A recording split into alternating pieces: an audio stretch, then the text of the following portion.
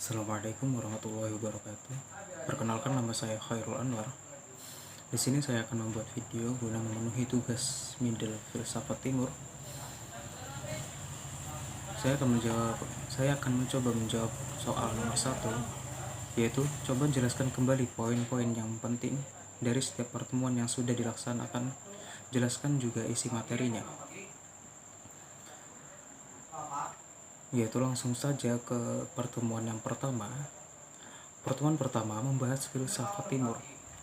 Filsafat timur sebenarnya untuk menyebut pemikiran filosof yang berasal dari timur atau kawasan Asia. Filsafat timur berkembang mengikuti basis geografis dan sistem kepercayaan tertentu, sehingga kita mengenal adanya filsafat Islam, filsafat India, filsafat Cina, filsafat Nusantara, dan sebagainya. Yang mana masing-masing dari jenis filsafat tersebut adalah merupakan sebuah sistem pemikiran yang luas, dalam, dan plural. Filsafat Hindu dan filsafat Buddha menjadi basis utama dalam sistem pemikiran filsafat India. Filsafat Cina mendapatkan pengaruh dari filsafat Konfusius dan Tao. Di wilayah kita sendiri, Nusantara juga banyak dikenal pemikiran filosofis berbasis etnis dan kedaerahan seperti filsafat Jawa, filsafat Bugis, filsafat Batak, filsafat Minang, filsafat Banjar, dan lain sebagainya. Filsafat Timur seringkali dianggap sebagai pemikiran yang tidak rasional, tidak empiris, tidak sistematis, dan tidak kritis. Hal inilah yang pada akhirnya memunculkan anggapan bahwa pemikiran Timur bukan dianggap sebagai filsafat. Sifat-sifat pengetahuan secara konvensional dipandang harus ada berasal dari filsafat. Sifat-sifat pengetahuan secara konvensional dipandang harus dari filsafat ini. Sedangkan pemikiran Timur dianggap tidak berasal dari filsafat, akan tetapi bersumber dari kepercayaan atau agama. Oleh karenanya, pemikiran-pemikiran Timur lebih ditempatkan sebagai kepercayaan atau agama. Ketimbang sebagai filsafat Timur juga dianggap lebih rendah ketimbang sistem pemikiran Barat karena tidak memenuhi kriteria filsafat menurut filsafat Barat. Misalnya karena dianggap memiliki unsur keagamaan atau mistik, dan juga Barat menganggap Timur itu identik dengan miskin, bodoh, statis, fatalis, kontemplatif. Sementara dalam perspektif Timur, Barat sering digambarkan sebagai materialisme, kapitalisme, rasionalisme, dinamisme, saintisme, positivisme, dan sekularisme. Lanjut yang ke pertemuan kedua. Dalam pertemuan kedua ini membahas tentang filsafat India. Filsafat India memiliki dua wilayah kekuasaan, yaitu wilayah Hindu dan Buddha. Filsafat India memberikan pengaruh besar pada ranah agama, spiritual, etika, moral, bahasa, ilmu pengetahuan besar, dan kesenian lainnya.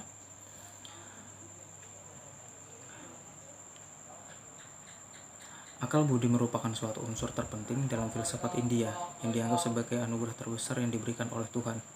Dalam filsafat India klasik, akal budi menjadi kemampuan untuk membedakan mana hal yang baik dan buruk. Sistematis filsafat India menjadi 3 bagian, yaitu ontologis, epistemologi, dan aksiologi. Filsafat India mewariskan ajaran tentang dewa-dewa alam yang berkuasa. Buddha mengajarkan kekosongan sebagai kenyataan akhir yang mendasari kehidupan. Filsafat India juga mengajarkan bahwa alam sebagai tempat hidup manusia yang menyatu dan dasarnya sama dengan manusia. Menurut filsafat India, manusia dan alam menyatu dan masing-masing mempunyai hukum tersendiri. Buddhisme mengajarkan manusia tentang penyelamatan diri dengan kekuatannya sendiri, dan Buddha juga memperingatkan bahayanya ego yang berkuasa dan lupa diri. Lanjut ke pertemuan yang ketiga. Pada masa sutra, berbagai pemikiran dan renungan dilakukan dengan penuh kesadaran. Berbagai pikiran dan renungan tidak hanya menggambarkan kebebasan yang penuh dipengaruhi agama. Mengenai sistematisnya, belum bisa dikatakan dengan tepat mana yang lahir lebih dulu dan mana yang datang kemudian. Berbagai aliran telah bertoleransi antara pemikiran satu dengan yang lainnya, seperti halnya yoga menerima pandangan Sankhya.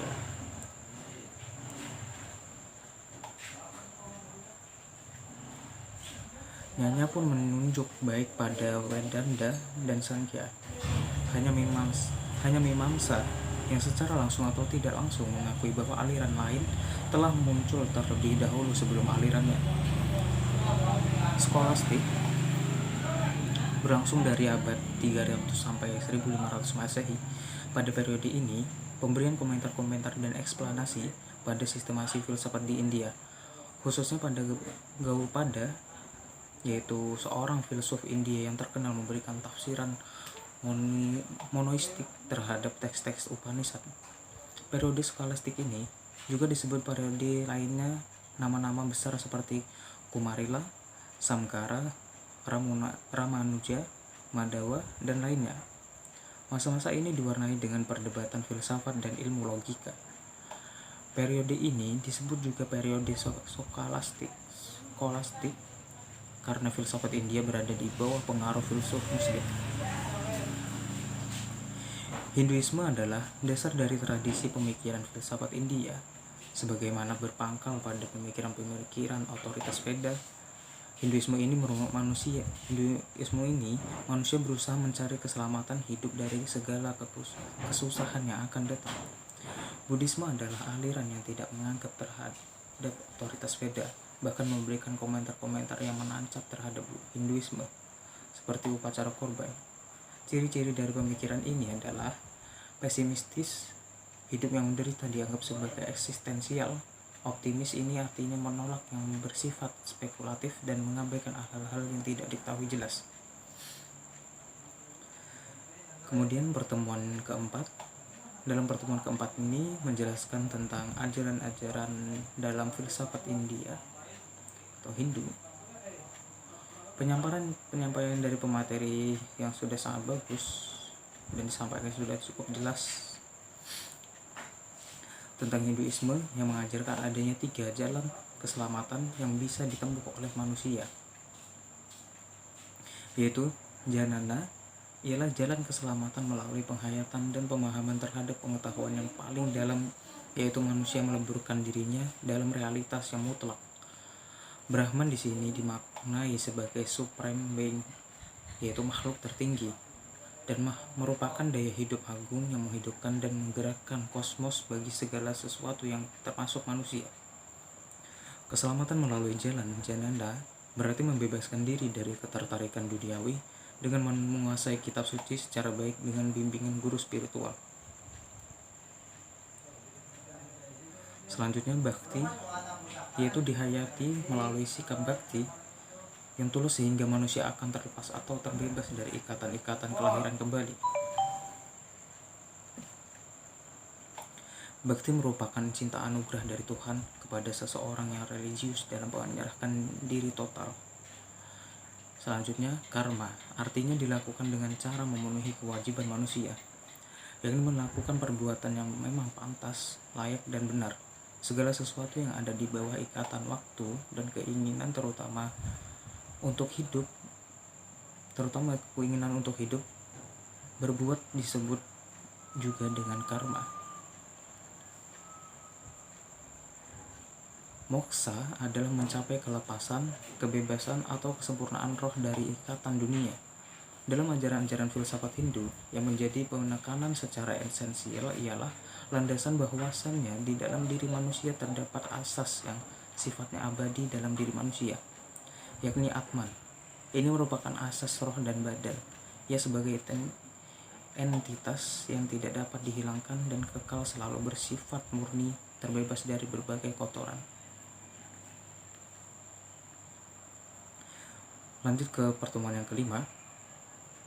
Pertemuan kelima, di bagian pertama yang menjelaskan bagaimana sejarah agama Buddha. Sejarah agama Buddha telah ada mulai dari abad ke-6 sebelum Masehi sampai sekarang. Agama Buddha berasal dari negara India dan wilayah Nepal. Adanya agama Buddha ini merupakan sebuah reaksi terhadap agama Brahmanisme. Agama Buddha adalah salah satu agama tertua yang masih dianut di dunia, yang berkembang dengan unsur kebudayaan India, ditambah dengan unsur-unsur kebudayaan Helenistik, Asia Tengah, Asia Timur, dan Asia Tenggara. Dalam proses perkembangannya, agama ini telah menyentuh hampir seluruh benua Asia, dan telah menjadi agama mayoritas di beberapa negara Asia seperti Thailand, Singapura, Kamboja, Myanmar, Taiwan, sampai ke negara Tiongkok pada tahun 399 Masehi. Langsung ke pembahasan yang keenam. Pada bagian awal makalah dijelaskan bahwa sejarah Cina adalah salah satu sejarah kebudayaan tertua di dunia. Dari penemuan arkeologi dan antropologi, daerah Cina telah didiami oleh manusia purba sejak 1,7 tahun yang lalu. Peradaban Cina berawal dari berbagai negara kota di sepanjang lembah Sungai Kuning pada zaman Neolitikum. Dalam sejarah dikatakan bahwa Cina merupakan bangsa yang sudah ada semenjak 3000 sebelum Masehi. Bangsa Tionghoa yang merupakan bangsa asli Cina sudah menduduki lembah Sungai Huanghe di Cina di bagian utara. Lembah yang subur telah menjadi pusat kedamaian dan sebagai tempat asli bagi bangsa Tionghoa. Selama ribuan tahun, bangsa Tionghoa membangun peradaban yang kuat dan kokoh. Dalam catatan sejarah, Cina telah memulai mendirikan sebuah kekuasaan politik sejak tahun 1550 sampai 1050 sebelum Masehi dalam bentuk kerajaan perbudakan. Filsafat Cina adalah salah satu dari filsafat tertua di dunia dan percaya menjadi salah satu filsafat dasar dari 3 filsafat dasar yang mempengaruhi sejarah perkembangan filsafat dunia. Di samping filsafat India dan filsafat Barat, filsafat Cina sebagaimana filsafat lainnya dipengaruhi oleh kebudayaan yang berkembang dari masa ke masa. Berdasarkan penemuan arkeologis, Cina kuno itu sudah ada sebelum periode Neolitik, baik di sebelah timur laut dan barat laut. Langsung ke pertemuan ke-7 saja. Dalam pertemuan 7, di bagian pertama, para pemateri telah menjelaskan Taoisme adalah sebuah peradaban filsafat timur atau Tiongkok yang berkembang antara abad 5 Masehi dan 3 sebelum Masehi. Sesudahnya selama abad ketiga sebelum Masehi, doktrin ini merupakan inspirasi dari apa yang disebut agama Taois. Taoisme berkaitan dengan keadaan kerajaan Zhou yang mengalami masa kehancuran akibat penyelewengan dan dalam pemerintahan. Kehidupan manusia semakin menderita, membuat orang terpelajar kecewa. Kemudian dari sebagian mereka hidup menyendiri dan hidup sebagai biarawan, lalu mendirikan suatu aliran filsafat yang dikenal dengan nama Taoisme atau Tao Te Ching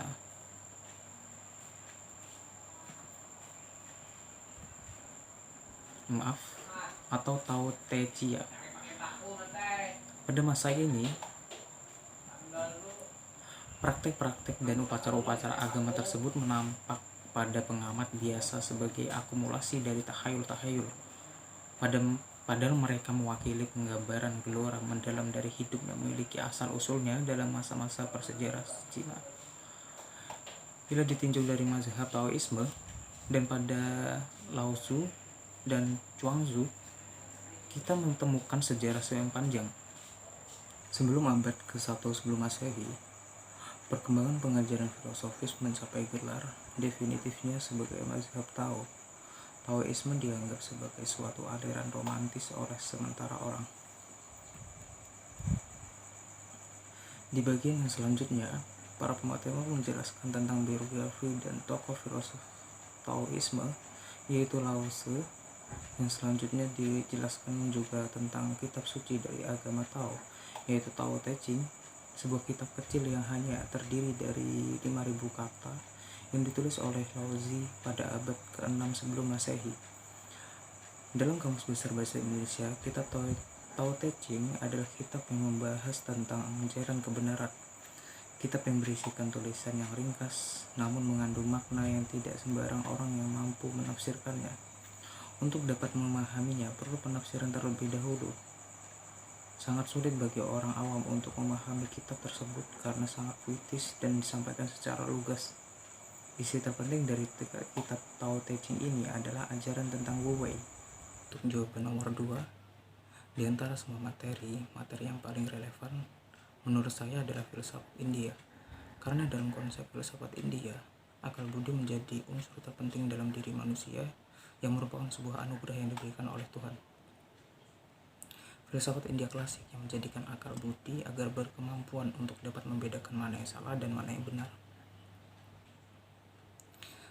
Saya merasa konsep filsafat India inilah sangat cocok sangat penting, terutama pada era sekarang. Kita harus tetap mementingkan akal budi kita agar dapat menjadi pribadi yang lebih baik. Ke jawaban yang nomor 3, dari beberapa titik yang telah saya amati tadi, saya tidak dapat menemukan perbedaan dan tidak bisa mengukurnya. Yang saya ketahui dari titik-titik ini adalah sebuah tanda, juga sebuah tanda baca yang menunjukkan bahwa kalimat itu berhenti. Menandakan sebuah kalimat itu sudah cukup untuk dipahami. Titik juga mempunyai filosofi bahwa di dalam hidup ini kita memang perlu yang namanya berhenti. Namun bukan berhenti yang benar-benar tak melakukan suatu hal. Kita berhenti karena kita sadar tak semua hal yang kita lakukan bisa langsung terus-menerus. Seperti contoh mengejar jodoh, kita harus tahu di mana titik kita mengenal, di mana kita titik mendekati, di mana titik kita mengakrabkan, dan titik di mana kita harus berhenti memperjuangkannya. Mungkin hanya itu yang bisa saya pahami dari soal nomor 3 ini. Menjawab nomor 4. Untuk jawaban nomor 4 ini mungkin saya setuju kalau penderitaan merupakan salah satu fase untuk mencapai kebahagiaan sejati. Yang saya tahu bahwa penderitaan yang kita alami adalah sebuah ujian.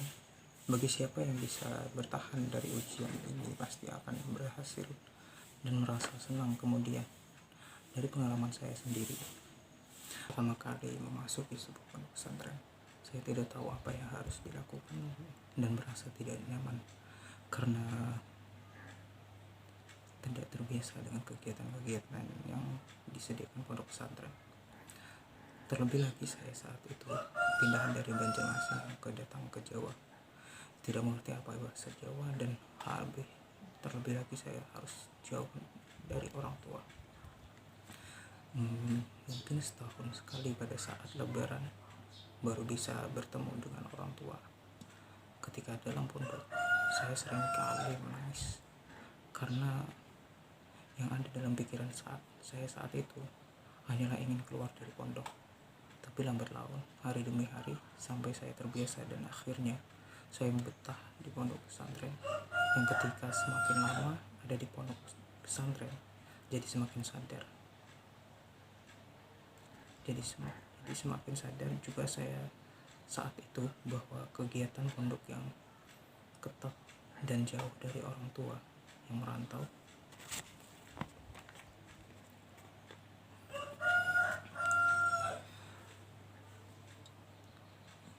itu semua pastinya demi kebaikan saya sendiri. Seperti itulah pengalaman saya yang bisa disebut penderitaan. Sesungguhnya penderitaan yang telah saya alami saat itu hanyalah untuk mencapai kebahagiaan kelak. Dengan cara saya dipondokkan, berharap saya akan bermanfaat bagi orang lain, dan yang pasti tidak durhaka kepada orang tua. Melanjutkan jawaban yang nomor 5. Karena saya kemarin mendapatkan bagian filsafat Taoisme, di sini saya akan mengaitkannya dalam upaya mengatasi COVID-19. Dalam ajaran Taoisme, ada konsep tentang manusia. Dijelaskan dalam agama Tao, manusia merupakan bagian alam semesta yang diciptakan. Keselamatan atau kesembuhan adalah bila tercapainya keselarasan antara yin dan yang manusia dan makhluk dengan yin dan yang semesta alam. Dan tugas manusia adalah mengusahakan keseimbangan tersebut. Manusia disebut sehat dan sejahtera bila keseimbangan itu terjaga.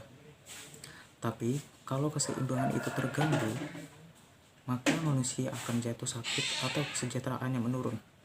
Dan jangan lupa agar kita selalu menerapkan 3M, memakai masker, mencuci tangan, dan menjaga jarak agar kita tidak terkena dampak dari COVID-19.